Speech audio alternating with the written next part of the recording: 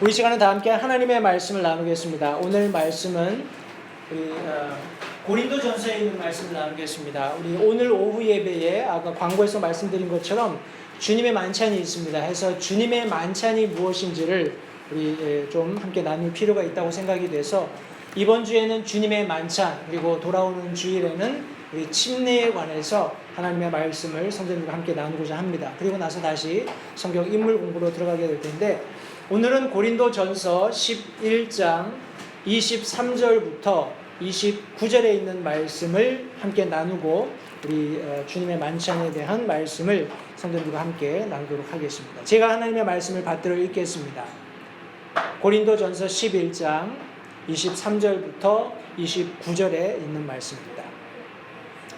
내가 너희에게도 전해준 것은 주께 받은 것이니 곧 주 예수님께서 배반당하신 바로 그 밤에 빵을 집으사 감사를 드리신 뒤에 그것을 떼시고 이르시되 받아서 먹으라. 이것은 너희를 위하여 찢긴 내 몸이니 나를 기억하여 이것을 행하라 하시고, 저녁 식사 뒤에 또 그와 같은 방법으로 잔을 잡으시고 이르시되 이 잔은 내 피로 세우는 새 상속 언약이니 너희가 그것을 마실 때마다 나를 기억하여 이것을 행하라 하셨느니라. 너희가 이 빵을 먹으며 이 잔을 마실 때마다 주의 죽으심을 그분께서 오실 때까지 보이느니라. 그러므로 누구든지 주의 이 빵과 이 잔을 합당하지 않게 먹고 마시는 자는 주의 몸과 피에 대하여 죄가 있으리로다. 오직 사람이 자기를 살피고 그 뒤에 그 빵을 먹고 그 잔을 마실지니 합당하지 않게 먹고 마시는 자는 주의 몸을 분별하지 못하고 자기를 위하여 정죄를 먹고 마시느니라. 오늘 본문의 말씀을 통해서 앞서 설명드린 대로 주님의 만찬, 이런 제목을 가지고 함께 말씀을 나누도록 하겠습니다. 말씀을 위해서 잠시 기도하겠습니다. 하나님 감사합니다. 다시 한번 귀한 주일을 저에게 허락하셔서 주님께서 부활하신 그 놀라운 영광스러운 날, 하나님께서 우리에게 베풀어 주신 놀라운 구원과 동일한 부활의 첫 열매가 되신 예수 그리스도와 같이 우리도 부활하게 될 소망을 다시 한번 확신하면서 그런 놀라운 특권을 허락하신 하나님께 감사와 찬양과 영광을 돌려드릴 수 있게끔 이 귀한 시간 허락하신 것을 제가 다시 한번 감사드립니다. 하나님, 이 예배 시간을 통해서 우리에게 친히 말씀하셔서 이 마지막 세대를 살고 있는 우리 믿는 그리스도인들이 어떠한 삶을 살아야 하는지 말씀하시기 원합니다. 주님께서는 우리에게 지방적인 독립교회 가운데 두 가지 예식을 허락하셨습니다. 이번 주와 다음 주에 이 두 가지 예식에 대해서 우리가 함께 성경을 공부하게 될 텐데, 하나님께서 우리에게 말씀을 깨달을 수 있는 지혜를 허락하셔서 이 말씀이 우리에게 무엇을 말씀하시는지를 우리가 깨달아 알 수 있도록 도우시고, 또 그 말씀대로 우리가 교회 가운데에서 하나님께서 명령하신 두 가지 예식들을 참 주님 오실 그날까지 지켜 행하는 그런 귀한 교회로 자리매김할 수 있도록 도우시기 원합니다. 말씀 전하는 소종을 주장하셔서 하나님께서 우리에게 깨닫게 하시기 원하는 이 말씀을 이 아침에 참 바르고 분명하게 전달할 수 있도록 사용하시기를 다시 한번 간절히 바라오며 예수님의 귀하신 이름으로 기도했습니다. 아멘. 자리에 앉으십시오. 우리 영어로는 to ordinance라고 얘기합니다. 우리 ordinance라고 얘기하면 우리 한국말로 사전적인 의미를 찾아보면 뭐 법령이다, 포고다, 조례다, 규정이다 이렇게 얘기를 합니다. 근데 교회에서는 통상 예식이라고 표현을 합니다. 해서 우리 독립침례교회들은 성경 말씀에 근거해서 두 가지 예식을 가지고 있습니다. 제가 잠시 기도 시간에도 설명한 바와 같이 침례식이 하나이고요. 또 다른 것이 주의 만찬입니다. 순서는 침례식이 먼저 좀 설명이 되었으면 좋겠는데, 오늘 오후 시간에 우리 주님의 만찬이 있기 때문에 주님의 만찬에 관해서 조금 더 우리가 말씀을 조금 급하게 이번 주에 좀 제가 설명을 드리고 나서 다음 주에 우리 침례식에 관한 말씀을 함께 나누도록 하겠습니다.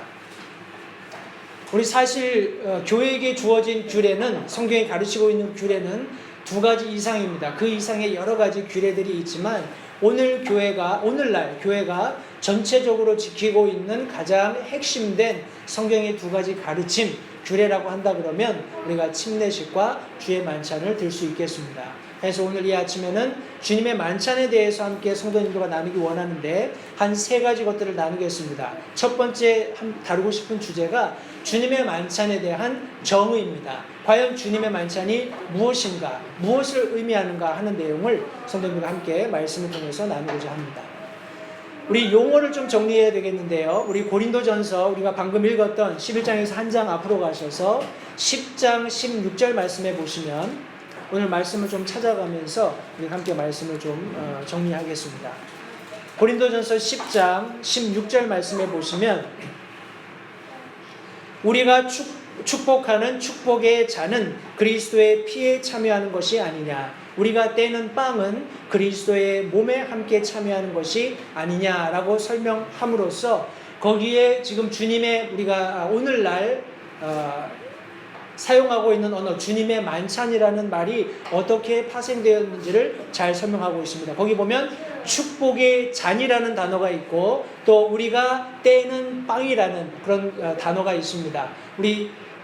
우리가 잔과 떡을 뗀다 혹은 빵을 뗀다라고 했을 때 그것이 통상 주님의 만찬을 의미한다라는 것을 여러분 이해하시면 되겠어요. 그런데 여러 가지 성경에서 이렇게 잔을 들고 떡을 떼는 장면들이 나옵니다. 그런데 그 모든 장면들이 다 주님의 만찬을 하는 것은 아니에요. 사람들이 함께 모여서 음식을 먹고 마실 때도 잔을 나누고 떡을 뗀다 이렇게 표현할 수 있습니다. 빵을 나눈다. 그런데 우리가 찾아 읽는 이 말씀들은 특별히 주님의 만찬을 다루고 있는 내용이기 때문에 그 절들에서 우리가 용어를 좀 이렇게 정리할 수 있겠습니다. 우리 10장 21절 말씀에도 보시면 너희가 주의 잔과 마귀의 잔을 겸하여 마실 수 없으며 주의 상과 마귀의 상에 겸하여 참여하는 자가 될 수 없느니라 라고 기록하고 있습니다. 여기에서도 주님의 만찬과 관련해서 주의 잔, 주의 상 이렇게 정의하고 있습니다. 우리가 방금 읽었던 16절에서는 축복의 잔 그리고 우리가 떼는 빵 이렇게 표현을 하고 있고 방금 읽은 21절에서는 주의 잔, 주의 상 이렇게 표현을 하고 있습니다. 그리고 고린도전서 11장 20절 우리가 방금 읽었던 본문이 시작하는 바로 전에 거기 보면 그러므로 너희가 한 곳에 함께 모일 때에 이것이 주의 만찬을 먹는 것이 아니니 라고 성경이 기록하고 있습니다. 해서 우리가 오늘날 통상 사용하고 있는 Lord's Table 아니면 주의 만찬 이런 용어를 우리가 갖게 되었습니다. 여러분들이 여기 성경에서 보실 수 있는 것처럼 성경은 미사라든지 아니면 성찬, 영성체, 성체성사 우리 캐톨릭에서 얘기하는 그런 단어들을 사용한 적이 없습니다. 이것들은 교회들이 만들어낸 언어이고 이런 용어들이 한 번도 언급된 적이 없다는 것을 다시 한번 성도님들 기억하시기 바라요.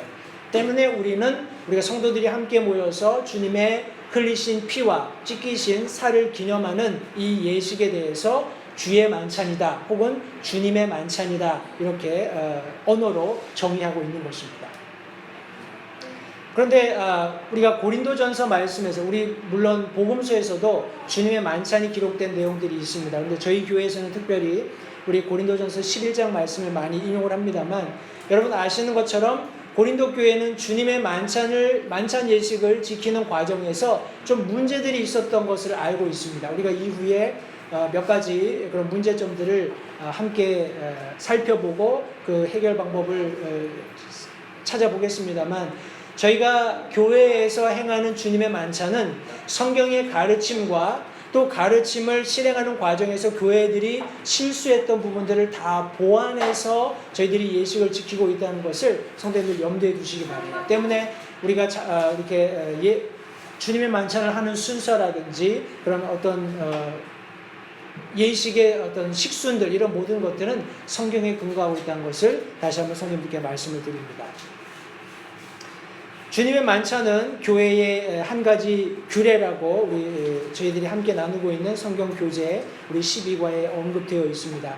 고린도전서 11장 우리 2절 말씀해 보시면요. 형제들아 너희가 모든 일에서 나를 기억하고 또 내가 너희에게 규례들을 전해준 대로 그것들을 지킴으로 이제 내가 너희를 칭찬하노라 라고 말씀하고 있어요.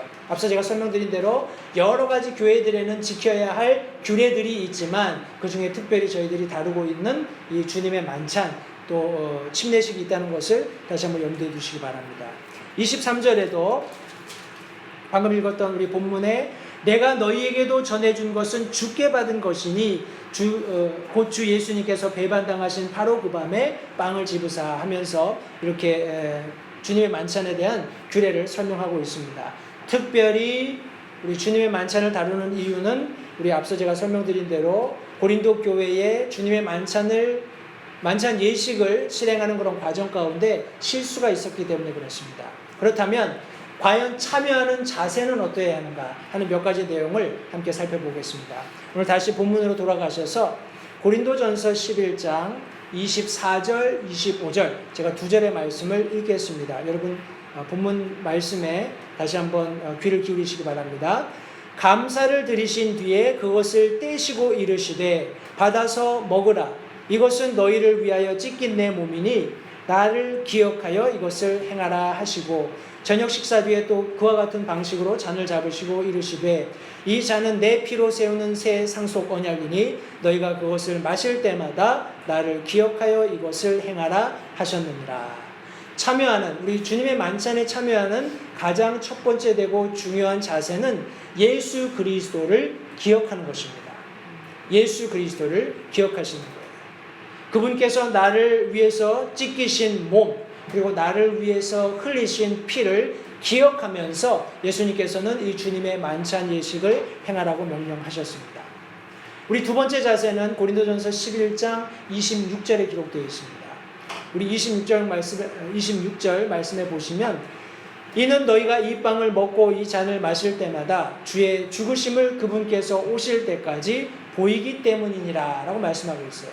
여기 보인다 하는 말은 우리 저희가 다른 사전을 찾아보면 여기에 선언한다, 공포한다, 드러낸다, 밝히 드러낸다, 선포한다 이런 의미를 가지고 있습니다. 다른 말로 얘기하면 주님의 만찬에 참여하는 것은 예수 그리스도께서 나를 위해서 살을 찢기셨고 피를 흘리셨습니다 하는 것을 저 여러분들이 교회 안에서도 물론 선전하는 것이지만 믿지 않는 사람들 가운데서도 증거할 수 있는, 선포할 수 있는 그런 중요한 동기가 된다는 사실을 성경이 말씀하고 있는 것입니다. 여러분, 여기 참여하는 자세가 우리 예수 그리스도의 어떤 죽으심을 기억할 뿐만 아니라 그분이 다시 오시는 순간까지 우리가 예수 그리스도를 잊지 않겠다라는 것을 분명히 드러내준다는 그런 의미에서 이것이 우리가 가볍게 다루어야 할 예식이 아니라는 것을 다시 한번 성경이 말씀하고 있습니다. 성도님들, 주님의 만찬은 매우 중요한 예수님께서 교회에 명령하신 예식입니다. 때문에 우리가 바른 자세를 가지고 주님의 만찬에 참여하게 된다면 저희에게 굉장히 크고 유익한 그런 예식이 될 수 있다는 사실을 다시 한번 기억하시기 바랍니다.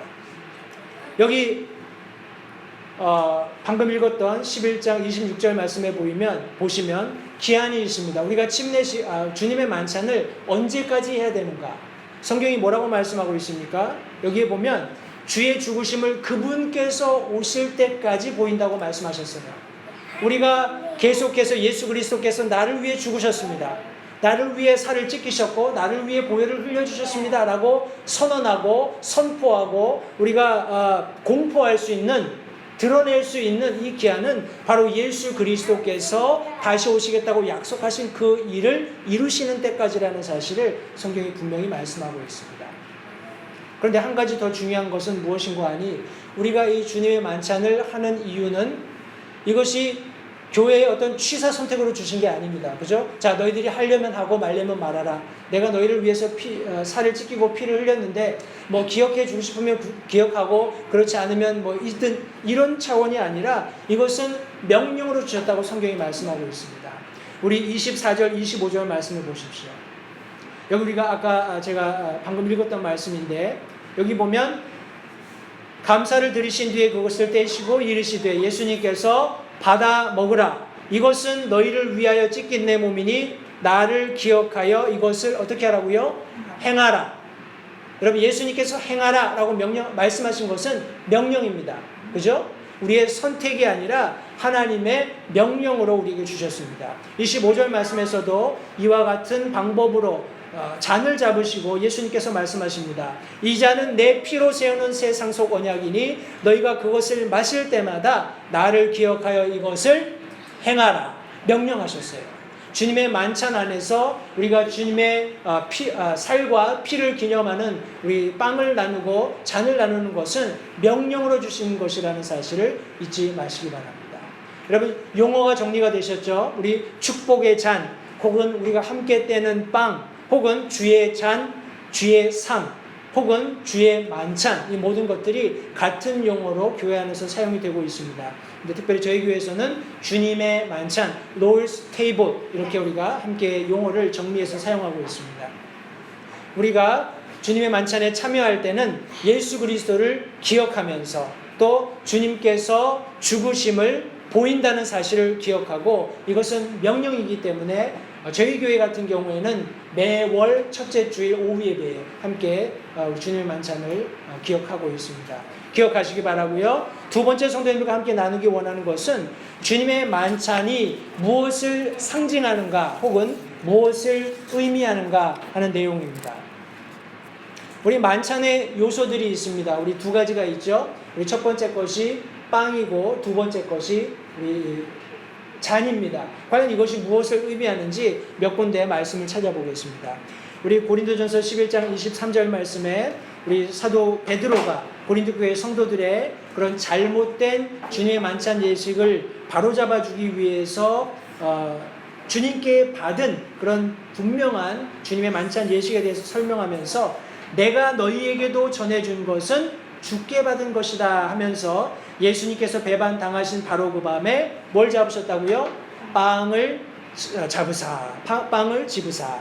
이 빵은 우리 알고 있는 대로 누룩 없는 빵입니다. 우리 마태복음 26장 말씀을 보겠습니다. 마태복음 26장, 이제 신약으로 들어와서 예수님께서 제자들에게 직접 함께 하시면서 가르치셨던 우리 주님의 만찬 그 현장을 같이 한번 보겠습니다. 마태복음 26장 17절 말씀입니다. 마태복음 26장 17절 말씀해 보시면, 이제 무교절의 첫날에 제자들이 예수님께 나와 그분께 이르되 선생님께서 유월절 어린 양을 잡수시도록 우리가 예비하려 하오니 어디에서 하기를 원하시나이까 하매. 여기 지금 절기를 설명하고 있습니다. 무교절 첫날이고 유월절 어린 양을 먹어야 하는 그런 어떤 이스라엘의 전통 가운데 지금 주님의 만찬이 이루어진 것을 성경이 설명하고 있죠.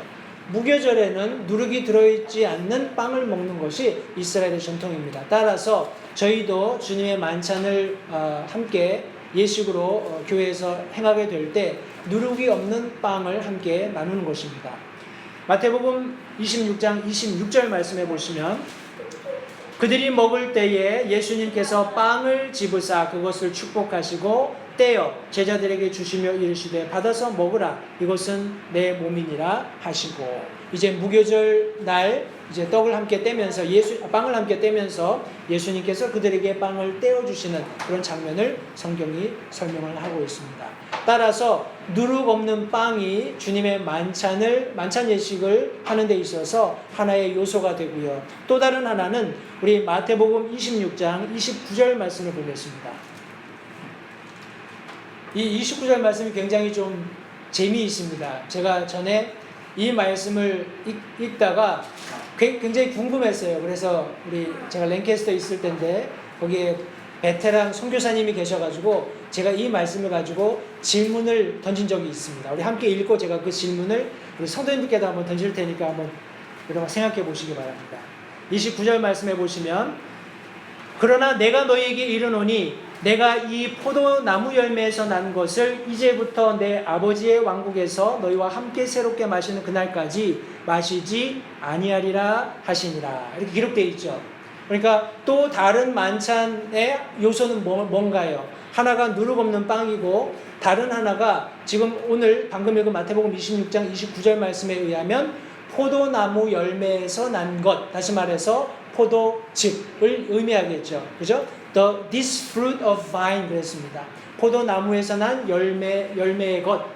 포도즙인데 사람들이 이것을 포도주로 착각을 합니다. 근데 포도주를 만들려면 누룩을 넣어야 되죠. 이스트를 넣어서 발효를 시켜야 됩니다. 그러나 우리 예수님께서 말씀하신 이 포도나무 열매에서 난 것은 포도즙을 의미한다는 것을 잊지 마시기 바라요. 우리 여기 말씀해 보시면 내가 이 포도나무 열매에서 난 것이라는 우리 예수님께서 분명히 만찬의 요소들 중에 하나를 설명하셨는데 그 이후의 말씀해 보시면 이제부터 내 아버지의 왕국에서 너희와 함께 새롭게 마시는 그날까지 마시지 아니하리라 라고 성경이 말씀하고 있어요. 제가 그 선교사님께 드렸던 똑같은 질문을 여러분께 드려보겠습니다. 여러분 천국에 가면 포도나무가 있을까요? 없을까요? 우리는 거기 가면은 포도주를 가지고 만찬까지는 아니더라도 그러니까 예수님과 함께 잔을 마시는 일이 있을까요? 없을까요? 그 선교사님 대답은 고개를 갸우뚱하시면서 I don't know, brother. 이렇게 얘기하시더라고요. 본인도 그렇게 이 말씀을 가지고 그렇게 심각하게 생각을 안 해보셨던 것 같아요. 근데 저는 이 말씀을 읽으면서 야, 예수님께서 이제부터 내 아버지의 왕국에서 너희와 함께 새롭게 마시는 그날까지 아버지의 왕국이라고 했으니까 굳이 우리가 얘기하는 영원한 세상을 의미한다고 얘기할 필요는 없습니다. 왜냐하면 예수님께서 이 땅에 오시고 천년 왕국을 세우실 때 그것을 우리가 아버지의 왕국이라고 봤을 때 이 땅 가운데 새로운 하늘과 새 땅이 되었을 때 여전히 포도나무가 있고 거기서 포도즙들이 있고 예수님과 우리가 함께 마실 수 있는 그런 특권이 있다는 그런 의미에서 그렇게 아주 어려운 난해한 그런 구절은 아니라고 생각이 되는데 예수님께서 내 살과 피를 기념하는 누룩 없는 빵과 포도 열매에서 난 것을 우리에게 마시도록 기념하시면서 예수님의 찢기신 살과 흘리신 보혈은 예수님께서 다시 오셔서 이 땅 가운데 주님의 왕국을 창설하시고 그 가운데서 우리가 다시 마시게 되는 그런 주님과의 만찬은 이전 것과는 전혀 차원이 다른 것이 될 것이다 라는 것을 여기에 지금 암시적으로 저희들에게 알려주고 있다고 생각을 합니다. 지금 우리가 주님의 만찬을 교회 시대에 할 때는 우리 참 마음에 슬픔이 있습니다. 고통이 있어요. 그죠? 예수님께서 내 죄를 위해서 그 몸을 상하시고 피를 흘리셨다라는 그분이 나를 위해서 다시 오실 것이다라는 그런 소망 가운데 참 마음 아픈 그런 주님의 고난을 우리가 기억하는 것입니다. 그런데 우리가 주님과 함께 주님이 세우신 천년 왕국에서 주님과 함께 왕노릇하면서 함께 나누게 될 그 주님의 만찬이라는 것은 이전 것과 전혀 다른 승리의 기쁨의 참 감사의 그런 만찬이 되지 않을까 하는 그런 생각을 이 말씀을 읽으면서 해보게 됩니다. 성도님들 기억하십시오. 주님의 만찬에 우리 첫 번째 정의를 우리가 살펴보고 두 번째는 우리가 상징을 함께 살펴보고 있는데 우리 두 가지 요소 누룩 없는 빵, 포도나무 열매에서 난 것. 여러분 우리 요한복음 15장 말씀에서 예수님께서 말씀하시는 것처럼 나는 참 포도나무고 내 아버지는 포도 농부시다. 누구든지 내 안에 붙어 있으면 내 가지 안에 붙어 있으면 저가 많은 열매를 맺고 더 많이 맺게 된다라고 말씀하고 계세요. 여러분 우리 믿는 그리스도인의 삶에는 고난이 뒤따를 수밖에 없습니다. 그죠? 그러나 우리 생각해 보십시오. 우리가 겪는 그런 모든 고난을 제공했던 원수들이 나중에 요한계시록 말씀을 살펴보시면 예수님께서 마치 포도주 틀을 밟듯이 저들을 무찌르시고 승리를 가져오실 것을 분명히 말씀하고 있습니다. 여러분 우리가 고난받는 것을 너무 과하다 혹은 너무 힘들다 여러분 이렇게 생각하지 마십시오. 하나님께서 언젠가 약속하신 그때에 우리에게 큰 기쁨을 가져다 주시기 위한 하나의 과정이라는 것을 기억하시면서 우리 주님의 만찬에 참여할 때 누룩 없는 빵, 다시 말해서 세상에 더러운 것들이 포함되지 않은 예수 그리스도께서는 물론 죄 없고 흠없는 하나님의 어린 양으로 그분의 몸을 우리에게 주셨지만은 저와 여러분들도 그 빵을 함께 나누면서 나도 그와 같이 정결한, 순결한, 깨끗한 삶을 살아야겠다 결단하는 그런 시간들을 가지시기 바라고, 포도즙 열매에서 난 것을 우리에게 예시로 주시면서 예수님의 흘리신 피를 기념하라고 말씀하셨던 것처럼 그분께서는 아낌없이 모든 것을, 생명을 우리에게 허락하셨습니다. 저와 여러분들도 당하는 고난 속에서, 어려움 속에서 내가 기꺼이 주님을 위해서 이 세상에서 욕을 먹고 짓밟힌다 할지라도 주님께서 내게 주실 승리를 기대하며 그것들을 감내하는 지혜가 있게 도와달라고 성도님들, 우리 주님의 만찬을 함께 나눌 때에 기도하실 수 있게 되기를 바랍니다.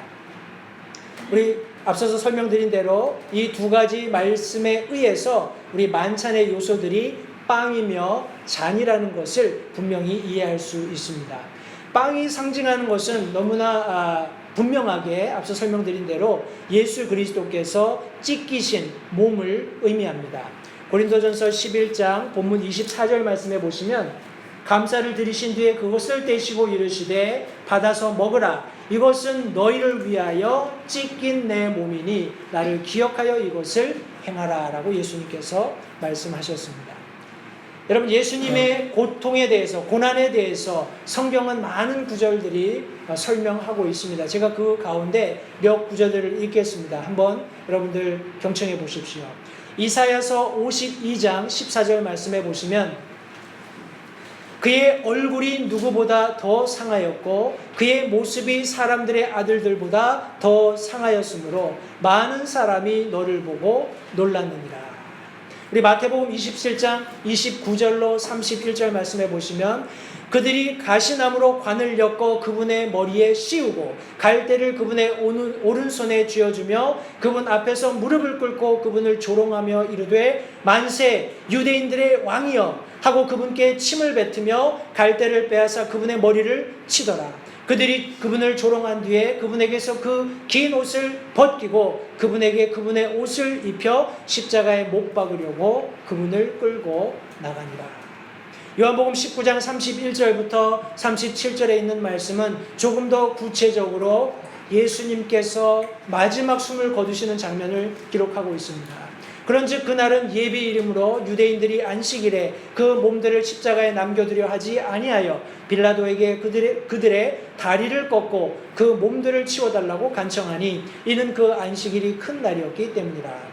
이에 군사들이 가서 그분과 함께 십자가에 못 박힌 첫째 사람과 그 다른 사람의 다리를 꺾되 예수님께 이르러서는 그분께서 이미 죽은 것을 보고 그분의 다리를 꺾지 아니하니라. 그러나 군사들 중 하나가 창으로 그분의 옆구리를 찌르니 즉시로 거기서 피와 물이 나오더라. 그것을 본 자가 증언하였으며 그의 증언은 참되니라. 그는 자기가 말하는 것이 참된 줄 아나니 이것은 너희가 믿게 하려 함이니라. 이 일들이 이루어진 것은 그의 뼈가 하나도 꺾이지 아니하리라 한 성경 기록을 성취하려 함이더라. 또 다른 성경 기록이 다시 이르되 그들이 자기들이 찌른 자를 보리라 하느니라. 성도님들, 이것보다 더 많은 성경 구절들이 예수님의 고통을 설명하고 있습니다. 예수님께서 고통받으신 것은, 예수님께서 그 몸을 찢기신 것은 바로 저와 여러분들을 위해서라는 사실을 잊지 마시기 바라요. 우리가 주님의 만찬에서 주님의 살을 상징하는 빵을 받을 때에 그분이 나를 위해서 이렇게 비참하게, 참 내가 당해야 할 수모를 친히 당하셔서 나를 구원하셨구나 하는 것을 성도님들 기억하실 수 있게 되기 바랍니다. 그러면 잔이 상징하는 것은 무엇입니까? 우리 고린도전서 11장 25절 말씀에 의하면 예수 그리스도의 흘리신 피를 상징한다고 성경이 말씀하고 있습니다. 저녁 식사 뒤에 또 그와 같은 방식으로 잔을 잡으시고 이르시되 이 잔은 내 피로 세우는 새 상속 언약이니 너희가 그것을 마실 때마다 나를 기억하여 이것을 행하라. 여러분, 우리가 잘 아는 대로 히브리서 9장 22절, 베드로전서 1장 18, 19절 말씀은 피 흘림이 없으면 죄 사함이 없다는 것을 분명히 설명하고 있습니다. 히브리서 9장 22절 말씀에 율법에 따라 거의 모든 것이 피로서 깨끗하게 되나니 피 흘림이 없은즉 사면이 없느니라. 이것은 구약에서 하나님께서 이스라엘 백성들에게 우리 모세를 통해서 주신 율법에 분명히 언급되어 있는 원리입니다. 모든 sacrifice 시스템들이 피를 흘려서 그 희생물을 드리는 사람의 죄를 대속하는, 사면하는 그런 과정을 설명하고 있지요. 그러나 신약에서 예수님께서 말씀하신 대로 새 상속 언약을 지금 자신의 몸과 자신의 피로 세우시는 과정 가운데 내 피를 흘림으로써 너희의 죄가 사면될 수 있다라는 것을 분명히 설명해 주고 있는 것입니다. 베드로전서 1장 18절 19절 말씀에 의하면 너희가 알거니와 너희 조상들로부터 전통으로 물려받은 너희의 헛된 행실에서 너희가 구속받은 것은 은이나 금같이 썩을 것들로 된 것이 아니요 오직 흠도 없고 점도 없는 어린 양의 피 같은 그리스도의 보배로운 피로 된 것이니라 라고 설명하고 있습니다. 여러분, 우리가 출애굽기 말씀을 쭉 읽어보면 성전에 사용되는 기물들이 나옵니다. 얼마나 아름답고 아주 정교하고 참 공교하게 하나님께서 그것을 모세에게 만들도록 설명하셨는지 이 말씀을 읽을 때마다 참 도저히 상상이 가지 않는 그런 아름다운 그런 성전의 기물들을 우리가 발견하게 됩니다. 그런데 특이한 것들이 우리 시팀 나무라든지 이런 나무들로 여러 가지 그 성전에서 쓰는 그런 퍼니처들, 기물들을 만들 때 하나님께서는 그것을 금으로 감싸라고 하셨어요. 그죠? 금이나 아니면 우리 노시나 이런 것들로 감싸라고 하셨습니다. 여러분, 그것들이 휘황찬란하게 빛나는 그 장면을 한번 상상해 보십시오. 얼마나 위압감을 느끼겠습니까? 그죠? 마치 내가 하나님의 어떤 존전에 있는 것 같은, 내가 하나님의 눈앞에 나가는 것 같은 그런 두려움과 우리 경외심을 가지고 아마 이스라엘 백성들이 자신의 죄의 용서함을 받기 위해서 하나님 앞에 나갔을 것입니다.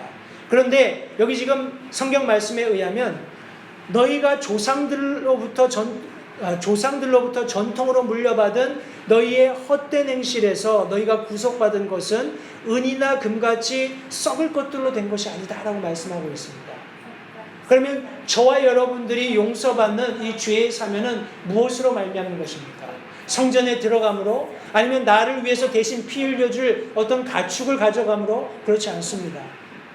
예수 그리스도의 친히 못 박히신 찢기신 그분의 몸과 그분의 흘리신 피를 말미암아서 우리가 하나님의 보좌 앞에 나가서 우리의 죄의 용서를 탄원할 수 있는 새로운 길이 열리게 된 것을 성경이 말씀하고 있습니다. 얼마나 예수 그리스도께서 흘리신 피가 보배로운 피인지 성도님들 다시 한번 기억하시고 우리가 주님의 만찬을 함께 나눌 때마다 예수님께서 찢기신 몸, 나를 위한 것이고 흘리신 피, 그 보혈이 얼마나 귀하고 아름다운 것인지를 기억하는 그런 주님의 만찬이 되었으면 좋겠습니다. 여러분, 우리가 주님의 만찬을 하는 목적은 주님의 만찬을 하나님께서 우리에게 지키도록 예식으로 주신 목적은 예수 그리스도의 모형을 우리에게 보여주시기 위함이라고 성경은 말씀하고 있습니다. 여러분, 우리 침례식이 제가 다음 주에 침례식을 설명하면서 다시 한번 좀 더 구체적으로 말씀드리겠습니다만 굳이 침례식이 아니어도 되었을 거라고 생각을 합니다.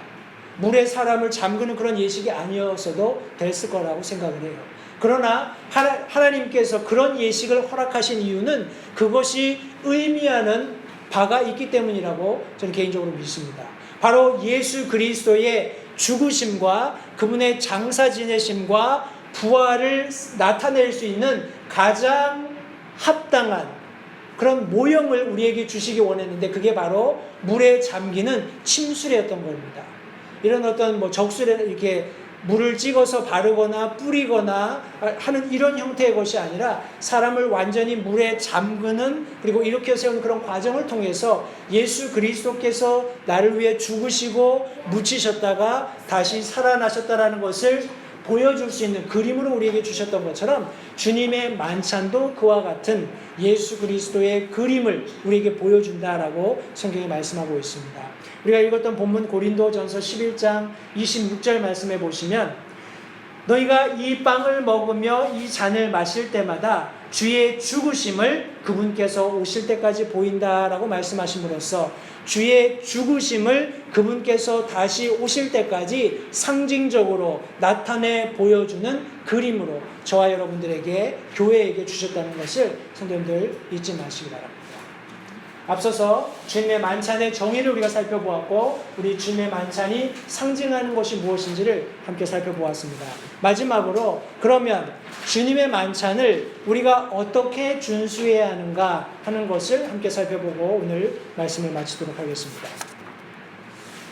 우리 이 주님의 만찬은 교회에게 주신 명령입니다. 이것은 어떤 그냥 믿는 사람들이 대충 이렇게 저렇게 모여가지고 하는 것이 아니라 분명한 교회를 이룬 성도들에게 함께 모여 주님의 만찬을 이루라고 명령하셨어요. 우리 마태복음 26장 20절 말씀을 같이 한번 보겠습니다. 마태복음 20장 26절 말씀입니다. 죄송합니다. 26장 20절 말씀입니다.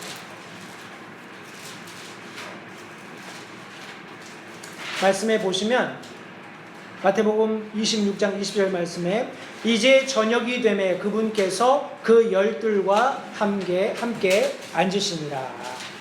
여러분 그 열둘과 함께 앉으셨다라고 말씀하고 있습니다. 이 열둘이 누굽니까? 예수님의 12 제자였습니다. 우리 요한복음 13장 말씀도 같이 한번 보겠습니다. 요한복음 13장 같은 장면입니다. 주님의 만찬을 가지시는 그런 장면입니다. 요한복음 13장 18절부터 있는 말씀을 제가 읽겠습니다.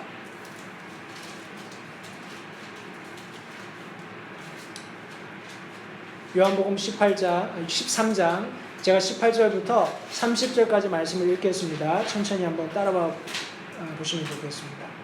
내가 너희 모두를 가리켜 말하지 아니하노니 나는 내 택한 자들이 누구인지 아노라. 그러나 나와 함께 빵을 먹는 자가 자기 발꿈치를 들어 나를 대적하였나이다 한 성경 기록이 성취되게 하려 하노라.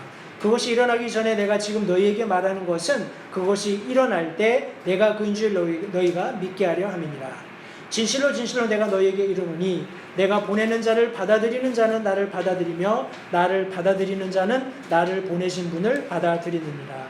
예수님께서 이렇게 말씀하시고 영으로 괴로워하사 증언하여 이르시되 진실로 진실로 내가 너희에게 이르노니 너희 중에 한 사람이 나를 배반하여 넘겨주리라 하시매 이에 제자들이 서로 바라보며 그분께서 누구를 가리켜 말씀하셨는지 의아해하더라. 이제 예수님의 제자들 가운데 하나 곧 그분께서 사랑하시는 자가 예수님의 품에 기대어 있으므로 시몬 베드로가 그에게 고갯짓을 하여 그분께 말씀하신 자가 누구인지 그가 여쭙게 하니 이에 그가 예수님의 가슴에 누워 그분께 이르되 주여 그게 누구니까 하매 예수님께서 대답하시되 내가 빵 한 조각을 적셔다가 주는 자가 그니라 하시고 한 조각을 적시사 시몬의 아들 가롯 유다에게 주시니라. 빵 조각을 받은 뒤에 사탄이 그 속에 들어가매 그때 예수님께서 그에게 이르시되 네가 하는 일을 속히 하라 하시니라.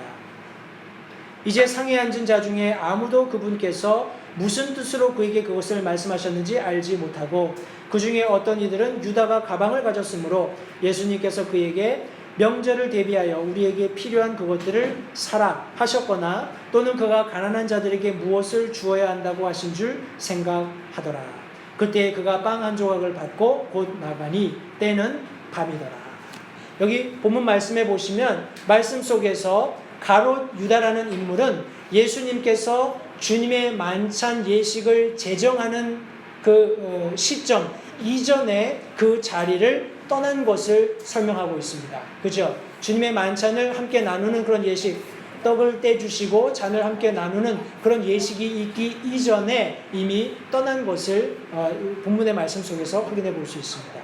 여러분 고린도전서 12장 말씀도 같이 한번 보겠습니다. 고린도전서 12장 28절 말씀입니다.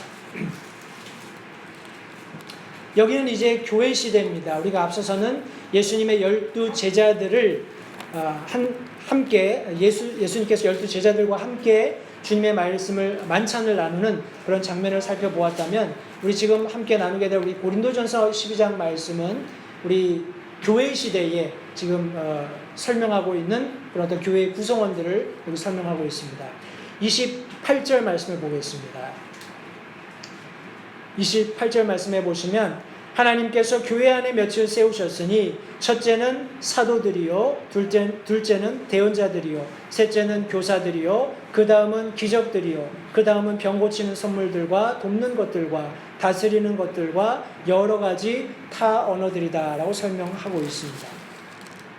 우리 마태복음 26장 30절 말씀도 같이 한번 읽어보겠습니다. 마태복음 26장 30절 여러 가지 말씀들을 우리가 함께 찾아보면서 우리 주님의 만찬을 준수해야 하는 그 대상이 누군지를 함께 살펴보고 있습니다. 마태복음 26장 30절 말씀해 보시면 그들이 찬송 하나를 부른 뒤 올리브산으로 가니라 라고 성경이 기록하고 있습니다. 여러분, 이 모든 말씀들을 우리가 함께 살펴보게 될 때 우리 주님의 만찬은 교회 안에서 제정되었고 또 교회 안에서 실행된 것을 우리가 함께 살펴볼 수 있습니다.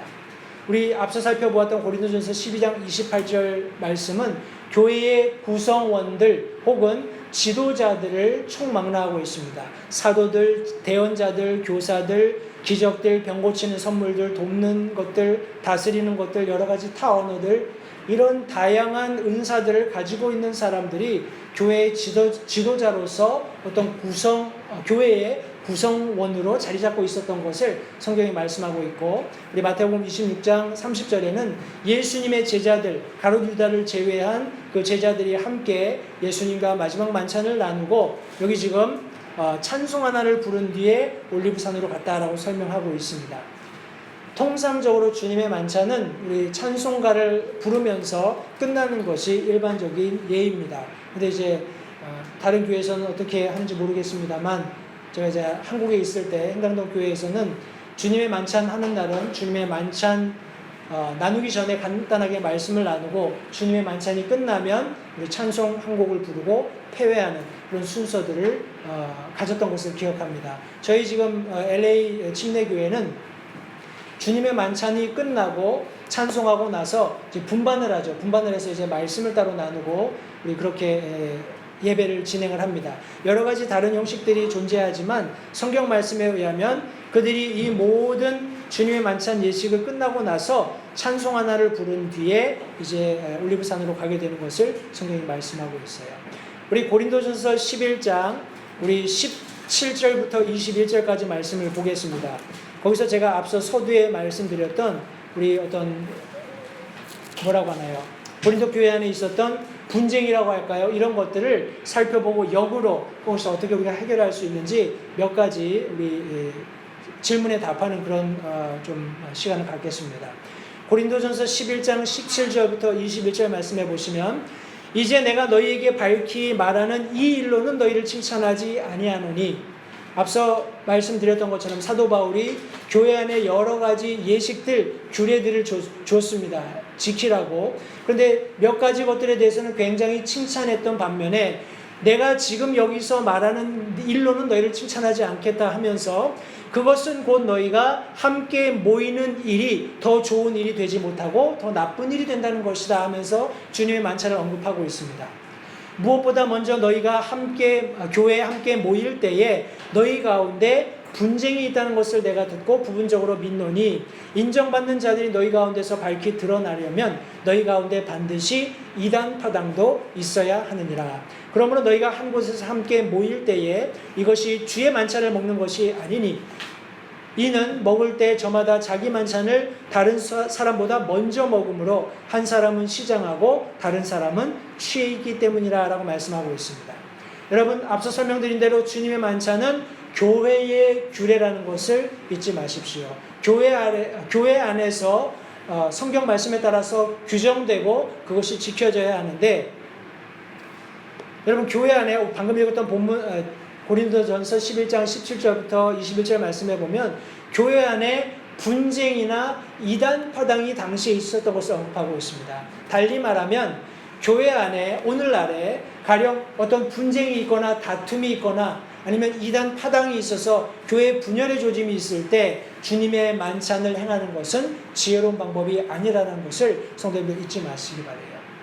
왜냐하면 주님의 만찬을 들 때 성경 말씀은 먼저 자신을 점검하고 살피고 나서 주님의 만찬을 함께 나누라고 했는데 그렇게 하지 못할 그런 가능성이 가령 교회 안에 분쟁이나 다툼이 있다면 더 많겠죠.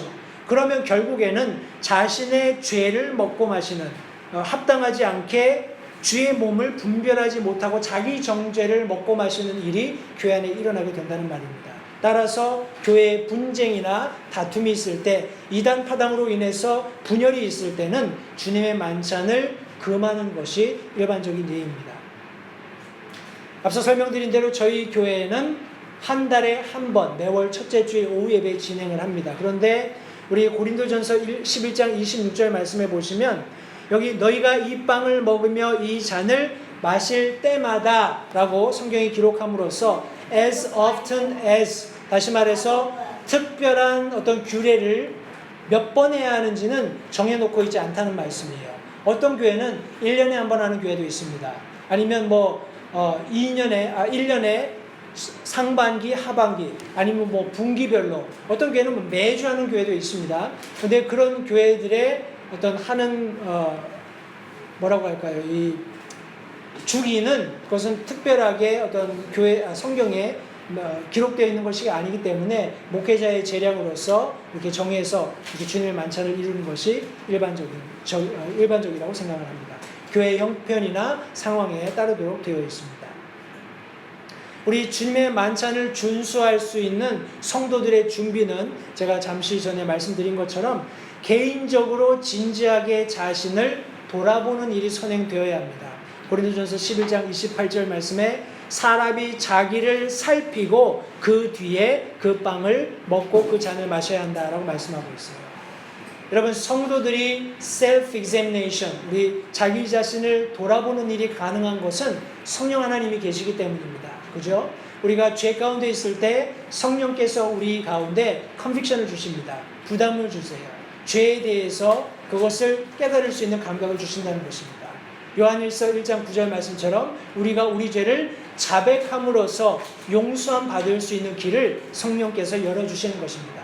때문에 주님의 만찬을 우리가 참여하기 전에 나 자신을 돌아보는 일이 필요하고, 또 우리가 읽었던 고린도전서 11장 17절부터 21절 말씀해 보시면 함께 기다려서 같이 주님의 잔과 빵을 마시고 나눠야 한다는 것을 잊지 마시기 바라요. 우리 통상적으로 오늘날 교회에서는 주님의 만찬하니까 주님의 만찬할 빵과 우리 포도즙을 싸우십시오 이렇게 얘기하지 않죠. 교회에서 다 준비를 합니다. 그런데 이 고린도전서가 기록되었을 당시만 해도 성도들이 자기가 교회에서 주님의 만찬할 때 필요한 그런 음식들을 싸왔던 것 같습니다. 그러니까 어떤 사람은 배가 고프니까 열어놓고 그냥 먹은 거예요. 그리고 막 먹고 마시다 보니까 어떤 사람은 벌써 배가 부르고 어떤 사람은 포도즙에 그냥 취해 있고 이런 상태가 되다 보니까 이게 서로 네가 맞는다 내가 맞는다 이제 다툼이 일어났던 그런 상황을 성경이 설명하고 있습니다. 때문에 개인적으로는 내 자신을 진지하게 되돌아보아야 하고, 우리가 주님의 만찬을 예식을 함께 나눌 때에는 함께 모여서 같이 주님의 잔과 주님의 빵을 나누는 것이 옳다라고 성경 말씀을 통해서 우리가 어떤 결과를 유추할 수 있겠습니다. 왜냐하면 앞서 제가 말씀드린 것처럼 고린도전서 11장 29절 30절 말씀에 합당하지 않게 먹고 마시는 자는 주의 몸을 분별하지 못하고 자기를 위하여 정죄를 먹고 마신다라고 분명히 언급하고 있기 때문에 그렇습니다. 여기에 합당하지 않게라는 말은 우리 영어로는 unworthily 이렇게 표현하고 있습니다. 이것은 합당하지 않은 방법 이렇게 우리가 설명할 수도 있겠고, 저는 개인적으로 주님의 만찬을 가치 없게 혹은 하찮게 여기는 그런 어떤 태도도 포함된다고 생각을 합니다. 때문에 제가 앞서서 여러 차례 언급드린 것처럼 주님의 만찬은 교회의 명령에서 지키도록 주신 예식이기 때문에 이것은 성도들에게 매우 귀중한 것이고 우리가 최선을 다해서 주님의 만찬에 동참해야 하는 것입니다. 하찮게 아무렇지 않게 가볍게 여기는 것은 성도들이 주님의 만찬을 대하는 태도가 아니라는 것을 잊지 마시기 바랍니다. 여기 방금 읽었던 고린도전서 11장 29절부터 30절 말씀에 자기를 위해 정죄를 먹고 마신다 했을 때 이 정죄는 하나님의 말씀에 따르는 엄중한 심판까지도 포함하고 있습니다. 달리 말하면 죽음까지 이를 수 있다는 거예요. 때문에 사도 바울은 우리 여기 30절 말씀에 이런 까닭에 너희 가운데 약한 자, 병든 자, 그리고 심지어 잠자는 자도 있다라고 말씀하고 있습니다. 주님의 만찬에 참여할 때 자신이 자기 자신을 돌아보는 과정을 스킵하고 중요하지 않다고 생각하고 그냥 뭐 이거 교회에서 한 달에 한 번씩 하는 예식인데 하고 하찮게 생각하면 여러분 내가 병이 날 수도 있고 아플 수도 있고 또 심지어는 하나님께서 그런 악한 생각 속에서 자기 죄 속에서 주님의 만찬을 계속해서 참여하게 된다면 목숨을 앗아가실 수도 있다는 사실을 우리 분명히 성경이 말씀하고 있기 때문에 우리가 주님의 만찬을 대할 때 더 진지하고 심각하게 이 주님의 만찬을 대해야겠다는 그런 생각을 해보게 됩니다. 우리 마지막으로 우리 주님의 만찬을 나눌 때 통상적으로 독립침례교회 안에서 세 가지 방식을 따릅니다. 이것이 무엇인가 하니 우리 영어로는 open fellowship이라고 하고 open, close, closed 이렇게 past tense를 써서 세 가지 형태의 주님의 만찬을 나눕니다. open fellowship이라는 것은 주님의 만찬에 참여한 모든 사람에게 다 주님의 만찬에 참여할 수 있도록 하는 것이 open fellowship입니다. 그리고 close fellowship이라는 것은 우리가 주님의 만찬을 할 때 어떤 경우에는 다른 교회에서 우리 교회를 방문한 사람들이 있을 수 있습니다. 그렇죠? 뭐 선교사님이 방문한다든지 아니면 타 교회에서 뭐 지방 출장을 와서 우리 교회 방문한다든지 이런 경우들이 있을 수 있습니다.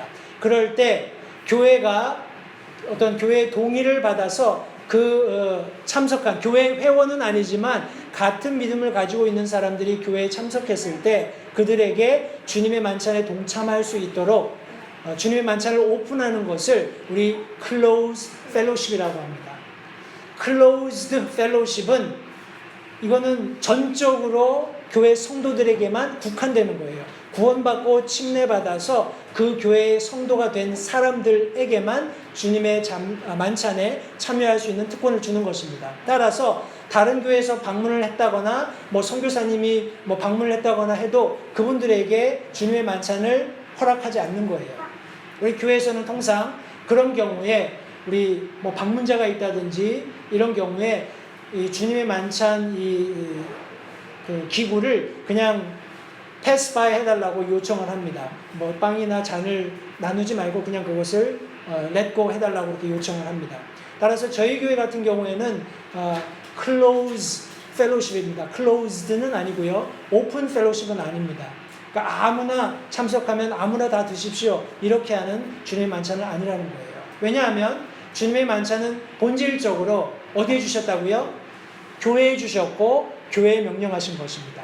따라서 교회가 어떤 펠로십 기준을 가지고 있느냐, 오픈이냐, 클로즈냐, 클로즈드냐 이 세 가지 어떤 경우에 따라서 우리 주님의 만찬에 참여하는 그 대상을 정할 수 있다는 것을 염두에 두시고 앞서 설명드린 대로 주님의 만찬을 준수한 후에는 찬송한 곡을 부르고 끝나는 것이 일반적이다 하는 것을 성도님들 기억하시기 바랍니다. 오늘 이 아침에는 성도님들과 함께 오늘 이제 오후 예배에 저희들이 함께 주님의 만찬을 나누게 될 것이기 때문에 주님의 만찬에 대한 우리 성경 공부 같이 그렇게 우리가 오전에 말씀을 나눴습니다. 세 가지 주님의 만찬의 정의가 무엇인지 또 주님의 만찬이 상징하는 것이 무엇인지 또 주님의 만찬을 우리가 어떻게 준수할 수 있는지 다시 한번 오늘 들은 말씀을 상기하셔서 오늘 오후에 있는 주님의 만찬이 성도님들에게 도전과 격려가 되는 그런 복된 예식이 되기를 바랍니다. 기도하겠습니다.